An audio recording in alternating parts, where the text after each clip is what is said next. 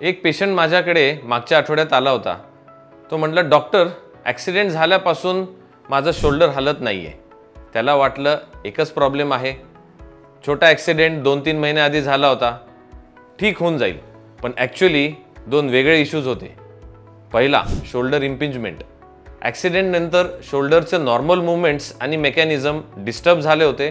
त्याने हात वर उचलला की तेव्हा शोल्डरमध्ये टेंडन इम्पिंज होत होता आणि तीव्र पेनमुळे मूवमेंट कमी झाली होती।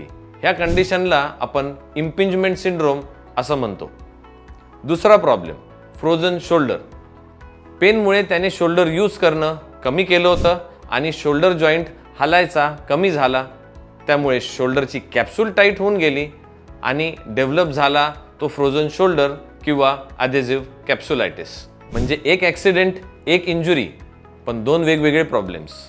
लोक समजतात की छोटा प्रॉब्लेम आहे, आपोआप ठीक होऊन जाईल, त्यामुळे ट्रीटमेंट लेट करतात।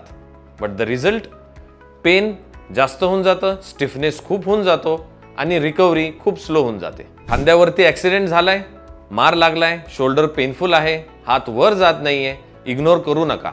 एक छोटी गोष्ट आतल्या 2 मोठ्या कंडिशन्सला प्रिव्हेंट करू शकते। डिले करू नका, जितका उशीर तितकी रिकव्हरी कठीण।